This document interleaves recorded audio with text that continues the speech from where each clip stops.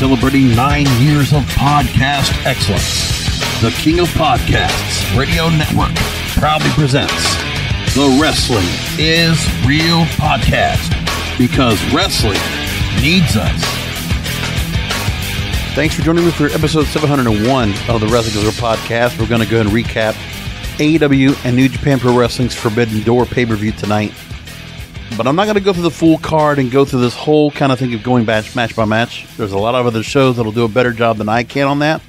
But there's a bunch of things I want to bring up when it comes to what this show represents and what this does for AEW.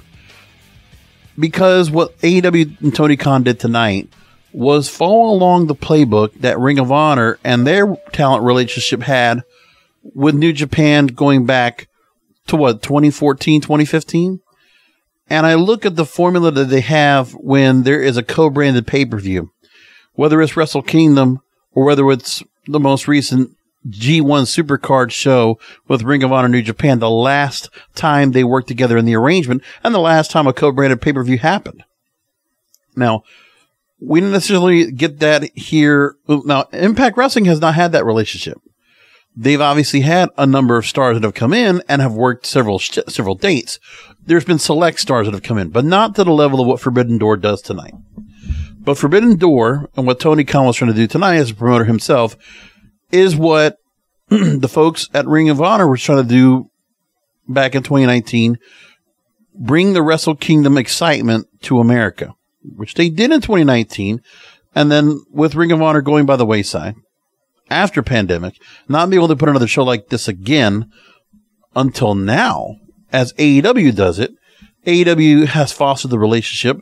This is the fruits of that labor. And what we have here are, of course, many great stars in AEW that got a chance to go and work tonight, except for a couple that were on the shelf. No Bryan Danielson, no CM Punk. But we had so many others that got out here that got a chance to be showcased. And that's the important thing that we had here, was the caliber of New Japan stars we already know they have. There's not even a question there. And also no Kenny Omega, which could have been very much a fit in here as well. But I'll tell you, what we got tonight was pretty damn good. We got a great show. It's an A across the board for me, but it's the benefit of what AEW gets out of this. Did this really help? I mean, it did shore up their hardcore audience. This is basically Tony Khan keeping his word with the audience in terms of giving us that pure wrestling action and really respecting the fans and their interest in what they have, and really giving this platform to all these New Japan stars to get them to be shown here in dream matches with some of the stars in AEW. I mean, Tony Khan brought all these stars in, and then he makes a relationship to bring their stars in, and we had this show. Now, they're going to try this probably as a regular thing. This is done in the middle of the dead summer, which is fine. What else is going on? A good little buffer between Double or Nothing and All In. And then you go to me or All Out. And then you just say to yourself, okay, then what else do you have in between that you can really do something with? It didn't really make much of a difference on the ratings. I don't think it hurt too much, or I don't think it done much of a help. You're not expanding your audience with this content. What you're doing is you are feeding your base. You're feeding your diehard fans, the ones that want what WWE will never be able to do, what they can never deliver, which is fine. And I understand why they want to do that. And I understand why this show did so well, but it's not going to necessarily do too much. Besides getting a great gate for the show, 16,000 plus the United Center, that's one thing. You can get that kind of crowd and get a big show out of it. That's great. I don't know if it resonated much for the broadcast audience for watching it on Dynamite or Rampage.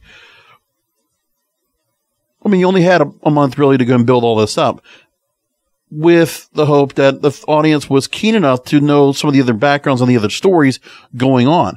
And then you have to see what happens when AEW gets to go and work some of their stars over there in Japan down the line, and how that might work out, because that'll be an interesting way of how things work out. But what they did here was very much the formula of what the G1 Supercard was. When I look at the matches they had, and I can just look back as far as Wrestle Kingdom 11 and look at what they were doing, Ring of Honor, in the format that New Japan and Ring of Honor were able to work together in conjunction with each other to a co-branded pay-per-view.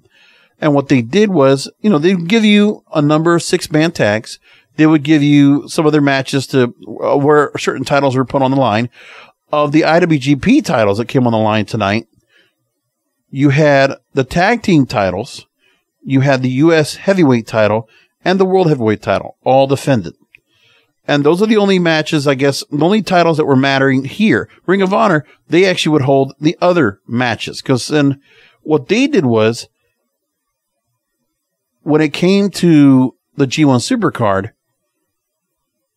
the heavyweight title, the Intercontinental title, the junior heavyweight title, the Never Openweight Championship were all defended at the G1 Supercard. More titles of prestige over there. Meanwhile, on the Ring of Honor side, or on the AEW side, you had the Ring of Honor World Tag Team titles, which we know Ring of Honor and the whole thing with Tony Khan continued to keep that brand alive while those belts are being defended. You crown the new inaugural All-Atlantic champion in PAC. Then you have the women's world title, the only women's title on the whole, the women's match of all, because in the pre-show of the G1 Supercard, you did have one other match that was of the women, but only one women's match throughout this night. And the AEW World title interim, where you included a New Japan star in the mix to go after this interim world title, which did create the mystique that there was a chance that maybe we would see one of these New Japan stars stick around after the fact. Because we've seen a number of stars that have made it in. But most importantly, some of the stars you would never get over here, that we did not get in New York last time, or we haven't seen since then, with Okada, with Naito, with Tanahashi, with Zack Sabre Jr., and at this point, Will Ospreay was not part of New Japan, I believe, at that moment. No, he wasn't. Not at that moment yet. But, Ring of Honor had a certain amount of talent that was good, but really to kind of move forward and really make the most of what was going on there was going to be tough for them. And as for the Forbidden Door itself, you had a debut, a surprise, which always comes well with these pay-per-views, with Claudio Castagnoli debuting as part of the Blackpool Fight Club and having a hell of a match with Zack Sabre Jr. And we know it's not even a question about the fact that we're going to have so many 5-star matches. Yes, okay. The All-Atlantic title was great. The tag team titles where it was a winner take all and FTR winning was fantastic. Okay. We had a fun match with Bullet Club and Dudes with Attitudes with Darby Allin Sting and Shingo Takagi and the Young Bucks along with Hikuleo and El Fantasma in that match. Wonderful. Will Ospreay, Orange Cassidy. Orange Cassidy continues to amaze me.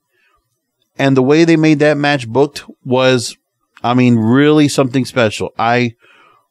Orange Cassidy continues just to elevate himself. It's unfortunate we have the MJF storyline that he was not part of this, which is unfortunate. But that just also, this is where the part of that card that AEW has, that roster, that fits into this mold here for New Japan. And the stars that got to work with the New Japan stars, which was important. Sammy Guevara getting a chance to be a part of this. The Gun Club and the Acclaim working with the New Japan LA Dojo. With Swerve Strickland and Keith Lee working alongside Suzuki-gun. Hey, great. This is good stuff. Hirooki Goto and Yoshi-Hashi working with the Factory. That's great too. So some of those things that happened here that gave opportunities, which was really great. And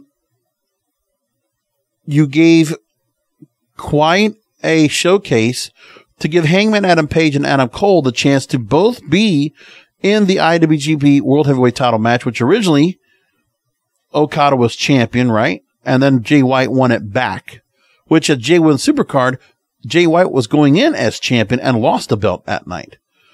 So that was also in the case. And Jay White, the luster a little bit of Jay White being on this show, you might say it's a little bit taken away because Impact Wrestling has had Jay White on for a while now, representing Bullet Club, incorporating Chris Bay and all the things with that. And Jay White appearing on Impact Wrestling prior to, but he has not shown the belt yet, but I don't know if he's going to be on there where he's showing the New Japan Pro Wrestling World title on Impact Television. That's the question. But he was featured on Slammiversary, right? The week before, and he was here. So the formula is in place. When you look at Wrestle Kingdom, they did junior heavyweight title, never open weight, and then you went to a couple singles matches that were just the features. One for Ring of Honor solely, which is Adam Cole and Kyle O'Reilly in Ring of Honor, by the way, for the world title. And then you had Cody and Juice Robinson in a feature match, which is where Will Ospreay and Orange Cassidy worked together. And then we didn't have any straight up IWGP title or any straight up New Japan matches. I mean, you could say that because some of the stars that will make their way over with Moxley and Tanahashi, that would be a match that would be in New Japan, but not New Japan versus New Japan. This was all together and combined in a collaboration. And so you'd have singles matches all the way through because the tag titles and all the other multi-person matches were always towards the start of the night. So you start off with, at the beginning, 6-man tag. Then you have 3-way tag team match. Then the 4-way. Then a 6-man tag. And then you have singles matches the rest of the way across. With one 4-way. And that's next to the last match in the slot. We didn't get the long, drawn-out matches that would have been great as well. Well, I think we got good timing for all the matches because they had so much to cover. They had 13 matches total on the whole card going back to 7 o'clock and 9 on the main card. Now, at the G1 Super card, your main event for the IWGP Heavyweight title went 32 minutes. And then the Ring of Honor World title match at G1 Super card went 30 minutes. And part of it could be where you're saying, oh, okay, we had to go ahead and move along and we had to do a few things to, make the point where we're doing title changes. So with Matt Taven winning and Okada winning, they were becoming new champions. That's why you had the more time with that. But when you're having matches like this where Jon Moxley was going to go ahead and win the world title, which he's already done before, they made an 18-minute match. For Jay White, retaining the IWGP World Heavyweight title, they made that 21 minutes. So retaining titles. We didn't get a whole lot of, because they didn't have to worry about the world titles being changed hands. Not right now anyway. They already did a little bit of that before. So with that, I mean, the other thing is too, is that, not so much of the focus takes away from CM Punk because Moxley wins here. He retains. He did this match with Tanahashi and now he'll go ahead and take on CM Punk down the line to combine the belts. And then you look at, I mean, there's a difference where FTR, and they get 16 minutes and they go for their belts. And seeing United Empire holding the belts and see where FTR being positioned, Roppongi Vice is there because they've been in other matches before in the tag title picture. So they did this here just for the IWGP tag team titles. But for FTR, we already know that the iron's hot on them right now. And it's pretty obvious that New Japan is going to work with FTR. They're going to take them to Japan. They're going to let them come out there and defend those belts, which is great. Young Bucks got to do the same thing. So have many other teams. So you get this going on for you. And FTR now steps up to the highest level of credibility within wrestling itself. They just become wrestling lore. We already knew how great of a team they are. We've had them in the dream matches. This year has been a stellar year for them. They had been champions, and then things turned around, and then they also had, the AAA tag team titles, right? And dropped. And then now the Ring of Honor World Tag Team titles over the Briscoes as Supercard of Honor to resurrect that brand. And now the IWGP tag team titles for them. It's fantastic. So breaking down the real good things that stand out from this, FTR is crowned as ultimate champions on this brand here and through New Japan. So the respect and the admiration and the adulation that they get that WWE never gave them as Revival. They're getting the respect they've always wanted and deserved. Now they're getting it all. The full adulation. They're just title collectors across the board. Great for them. Pac winning the All-Atlantic title was a great, nice move here with great competition, by the way. Clark Connors, Kevin Kelly said, which, by the way, Kevin Kelly did a great job not inserting himself a whole lot. He definitely played analyst. He definitely gave context to everything across the board, which was the best part. I think he knew exactly what his role was. Excalibur did a great job of really just holding everything down together while they were doing, changing pieces. Shivani would come in for the Sting Darby Allin match, where Jim Ross would come in after for some of the other featured matches, because obviously he got the call. Tanahashi and Okada and all those type of folks. So that's why he's out there. And Taz gave good commentary as well. But Kevin Kelly was very good in this mix here. I thought it was really what was good. And so I can appreciate that part of doing this for AEW and giving that New Japan context where Kevin Kelly really brought in exactly the right things that he needed to say to put it in there, because Kevin Kelly's just polished. And good for him to be here in this whole mix. Really smart to put that all together. And so, does this actually benefit the brand as a whole? Like, do you really feel like after watching this pay-per-view, for the hardcore fans, this is a notch in the belt? AEW just took a notch off their belt, something that they always wanted to accomplish, becoming this rebellious, revolutionary brand. They did it. This is something that people wanted. Is this something that's going to be continuous? And is it going to benefit them down the line? The talent exchange should benefit.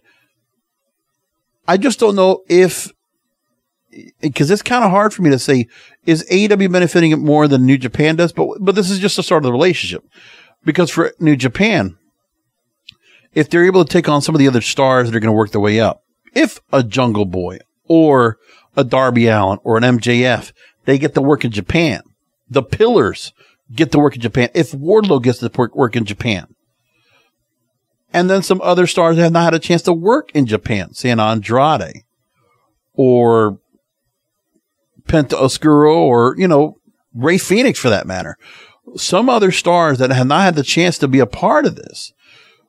Will they get a chance to be involved in the New Japan mix-up as well? Is that part? Are there certain other stars that could be traded off as well? Because AEW got who they wanted. On this card, they got all the names that they expected. The only one they didn't get was Tomohiro Ishii, which he's been on many times before, but that's not knocking him. It's just that we've seen him a lot. But you got so many of the other stars that you wanted to see. So Minoru Suzuki, everybody's going to be really happy to see him. Shota Umino, we never see him over here before. We got Jeff Cobb and Great Khan. We didn't have to worry about Gorillas of Destiny. We didn't have to worry about some of the other stars we've seen out here that maybe they were not as high up on the gun. Suzuki-gun being out here. Bishamon being over here. And then you look at Shingo Takagi. We got an appearance by Katsuyori Shibata. We didn't get one of those. Well, I guess you could say that Tanahashi and Moxley were giving us the strong style, or basically Eddie Kingston working with Minoru Suzuki gave us the strong style that we wanted in that moment of the match. So I guess you got that part. But when I look at everything else, okay, then you have Will Ospreay. Everybody wants to see him. Zack Sabre Jr., everybody wants to see him. Okada, everybody's dying to see him. Tanahashi, everybody's dying to see him. You got the stars you really wanted. So Tony Khan gets the stars that all these hardcore fans wanted to see. They got all of them on one night in really great, high-profile, top-featured matches, some dream matches. Moxley Tanahashi, you get in the States. To get Okada in the ring with Adam Page and Adam Cole, fantastic. Zack Sabre Jr. working with a great veteran in Claudio Castagnoli, who gets to come in and return and gets the win in the match. And then you look at Will Ospreay, and it really was a fascinating match with Orange Cassidy, but very well done. That match probably impressed me more than everything else because the dynamic of keeping Orange Cassidy in character, and they pulled it off. Orange Cassidy is an anomaly. You don't normally get a character like that that's able to keep the character and really be something that's could be considered odd, but they make it work. That's the best part. And a lot of the AEW stars you wanted to see come in here and work, they got to work. Eddie Kingston getting the work in this match. This was wonderful. I mean, that's a notch on his belt to get the work here. Jericho gets included. That's wonderful. FTR being part of the mix too. That's incredible too. The All Atlantic title was definitely that was just part of what AEW needed to do because they wanted to put this belt out here. It was a slot to fill. They were working on the tournament themselves, so they put it here in this Forbidden Door pay-per-view, which was a nice spot. But that's what it was. I mean, looking at the accomplishments of what they wanted to do, some personal accomplishments that AEW wanted to do, that Tony Khan wanted to do himself, he did those. Now, it does take a bit of a time away from some other things that are going on. The MJF storyline took a breather. We have heard nothing when it comes to, well, I mean, you know, House of Black and Death Triangle, that storyline kind of took a little bit of a quelling. I mean, a little bit included here in the All Atlantic Championship match, in the title match, the Fatal 4-Way. You think about, we know that Blood and Guts is coming up this week. They teased that at the end of the match, which is good. They've been putting a lot of time into that. And, you know, there's other things they've been working on, but for the most part, Tony Khan did a good job of trying to continue some storylines that are ongoing while promoting this pay-per-view. I think he did a pretty good job of trying to mix both of them together. Because New Japan and this talent arrangement, it's fine to have the appearances by certain stars in here, which is great. But I think the other thing, too, is that this Wrestle Kingdom kind of thing is an exhibition at most. Like, you're getting the rub for some of these stars to work with the likes of these big New Japan stars, these flashy stars we hear about all the time working in the Battle of the Super Juniors or Wrestle Kingdom or Dominion or whatever other shows they're working on. Like, we hear all of that. So to see this camaraderie together of all these matches, that's a nice, wonderful thing to see. But going into the fall, they have other things they have to worry about. They got to go into All Out. And then they have to go ahead and work on the Arthur Ashe show coming up after the Labor Day weekend. They have that coming up. And they need to build up until Full Gear. So, I mean, they'll have a busy schedule and they have a lot of things they need to work on in the meantime. But for right now, it's working. I mean, it's not like there's some schedule like WWE is. But, I mean, at the moment, it's just something to put there. The opportunity presented itself, and everything got put together in a pretty quick way. The show got sold out. That's all a win-win situation. But does it really help at all? I mean, there's a couple of stars that got a chance to get a rub off of here as a result. But does it help down the line for some of the other stars? This is just the first one. What needs to happen with AEW is that they want to be able to incorporate some of those other stars they have to get the chance to have those marquee matchups with some of these New Japan stars while they're in their prime, and you get a chance to put them out there and really do something. Now, maybe some of the stars we're talking about might not be in that wrestling caliber that you want to see them in the ring with some of these other New Japan stars, like a Jungle Boy or a Darby Allin or an MJF. I don't know. That would sound weird to me, but the Pillars should get a chance to be involved somewhere down the line, not maybe next year, maybe the year after, but the stars you're trying to build the future, you want them to be involved in these matches some way, somehow. But right now, you're going to let it be consumed with a number of stars you already brought into the mix, the free agents, the ones that could work. You know, if Bryan Danielson wasn't injured, you would have definitely seen him tonight. I'm guessing he would have been he would have been the Zack Sabre. Well, he would have been the Zack Sabre Jr. opponent. But they did a good job of making the replacement here. and no CM Punk, which CM Punk would have definitely been into this thing, and maybe he would have been the one to take on Tanahashi, or Moxley and Tanahashi would have happened, and then there would have been something else going on. I don't know. But all the marquee free agents that were from WWE, they got all their chance to go and work on this show. So they get to have that notch on their belts. They get to work with the Japan stars. That's good for them. But we need to make sure the ball stays focused on the new stars.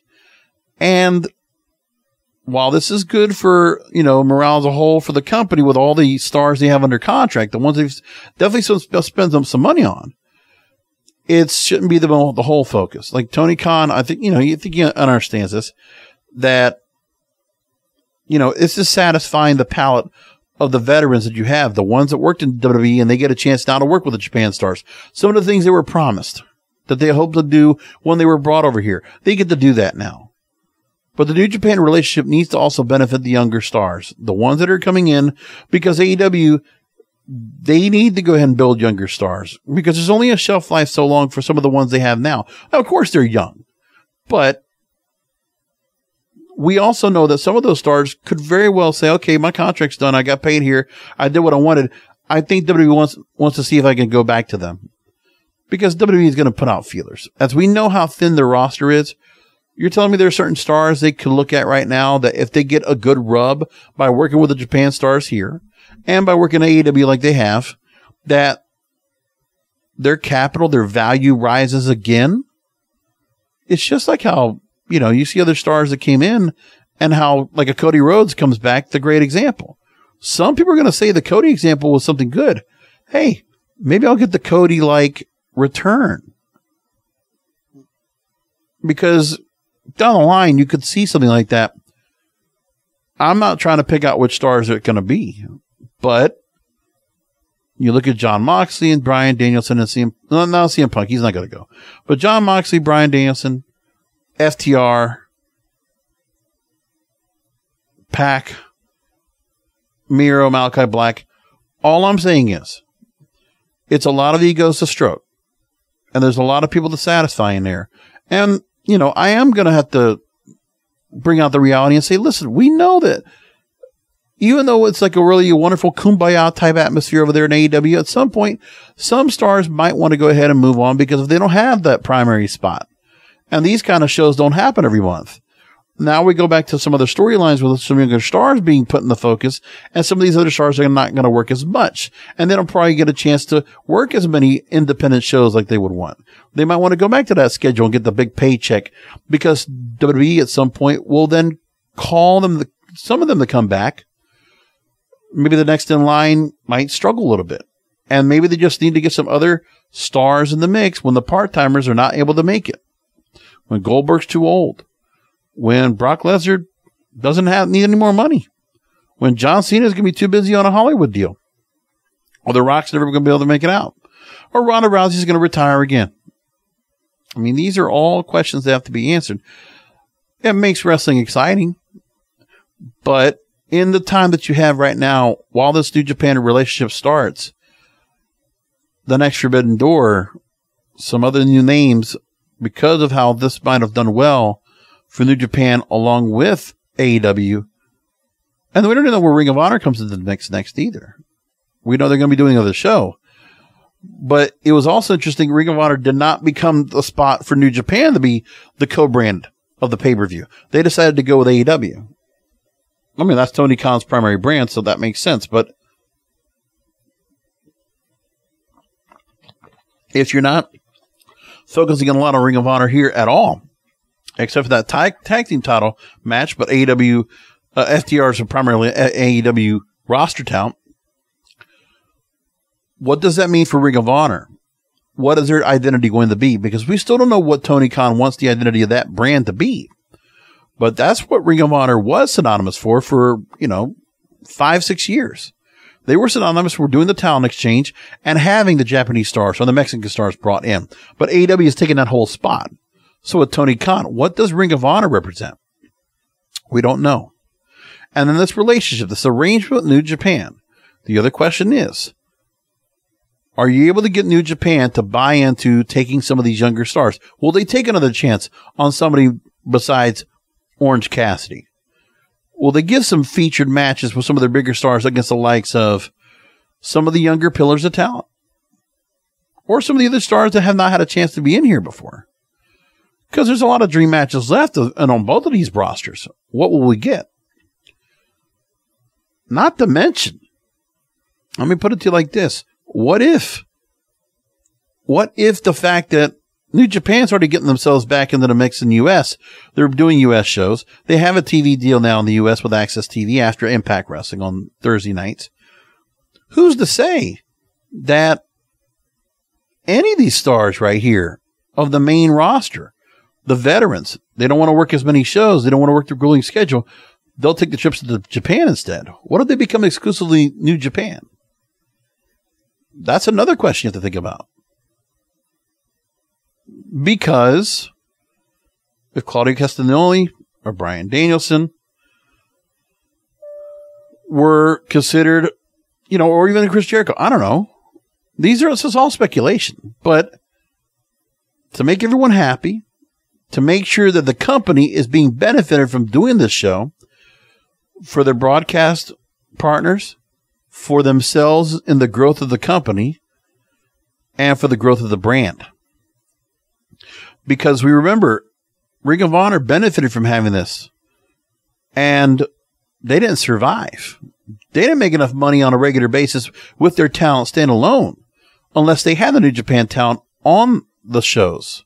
They couldn't sell out past 2,000 people if they didn't have New Japan.